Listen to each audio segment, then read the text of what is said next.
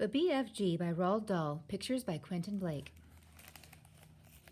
The Palace. "By gumdrops," whispered the big friendly giant. "Is this really it?" "There's the palace," Sophie whispered back. Not more than 100 yards away, through the tall trees in the garden, across the mown lawns and the tidy flower beds, the massive shape of the palace itself loomed through the darkness. It was made of whitish stone. The sheer size of it staggered the BFG. "But this place is having 100 bedrooms at least," he said. Easily, I should think," Sophie whispered. "Then I is boggled," the BFG said. "How is I possibly finding the one where the queen is sleeping?" "Let's go a bit closer and have a look," Sophie whispered. The BFG glided forward among the trees. Suddenly, he stopped dead. The great ear in which Sophie was sitting began to swivel around. "Hey," Sophie whispered, "you're going to tip me out." "Shh," the BFG whispered back. "I is hearing something." He stopped behind a clump of bushes. He waited. The ear was still swinging this way and that. Sophie had to hang on tight to the side of it to save herself from tumbling out.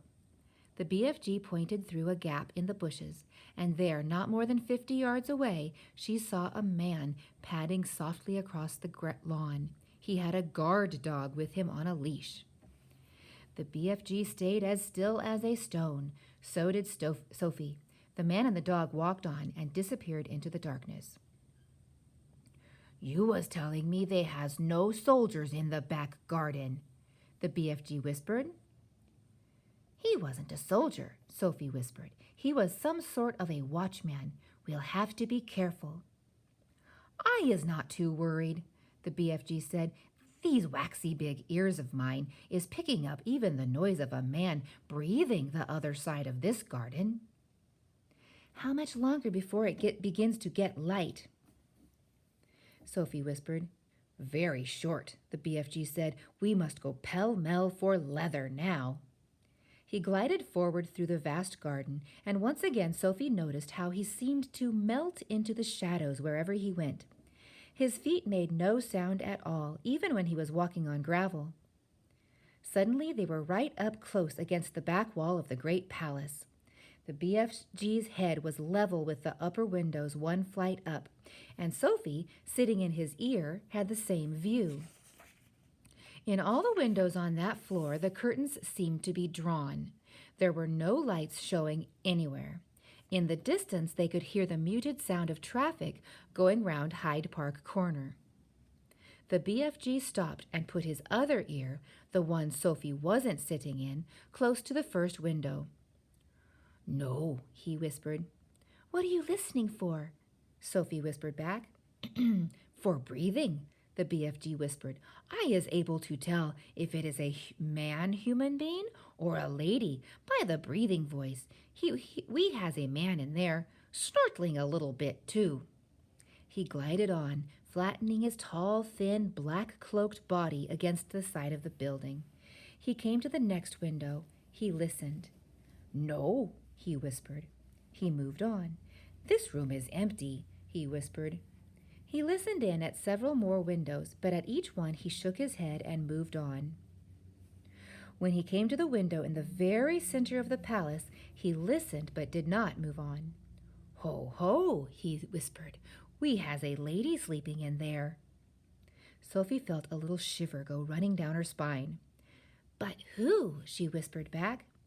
The BFG put a finger to his lips for silence.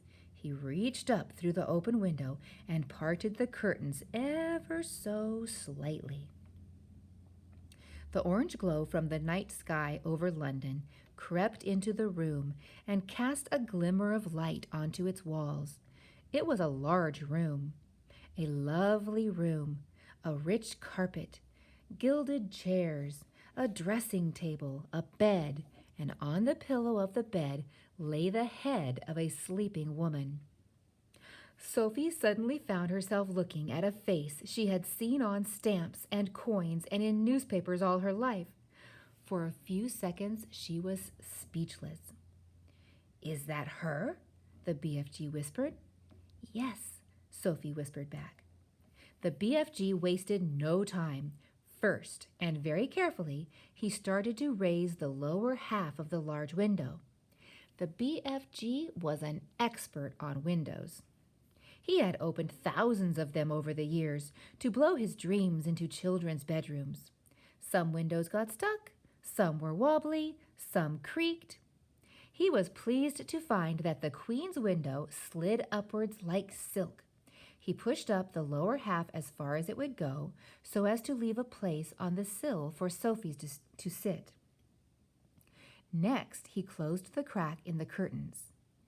Then, with thumb and finger, he lifted Sophie out of his ear and placed her on the window ledge with her legs dangling just inside the room, but behind the curtains. Now, don't you go tip-toppling backwards, the BFG whispered. You must always be holding on tight with both hands to the inside of the windowsill.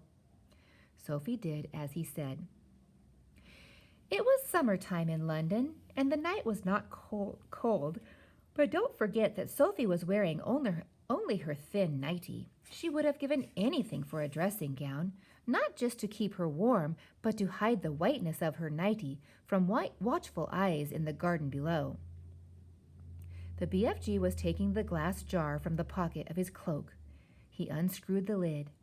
Now, very cautiously, he poured the precious dream into the wide end of his trumpet. He steered the trumpet through the curtains, far into the bedroom, aiming it at the place where he knew the bed to be. He took a deep breath. He puffed out his cheeks, and poof, he blew. Now he was withdrawing the trumpet, sliding it out very, very carefully, like a thermometer. Is you all right sitting there? He whispered. Yes, Sophie murmured. She was quite terrified, but determined not to show it. She looked down over her shoulder.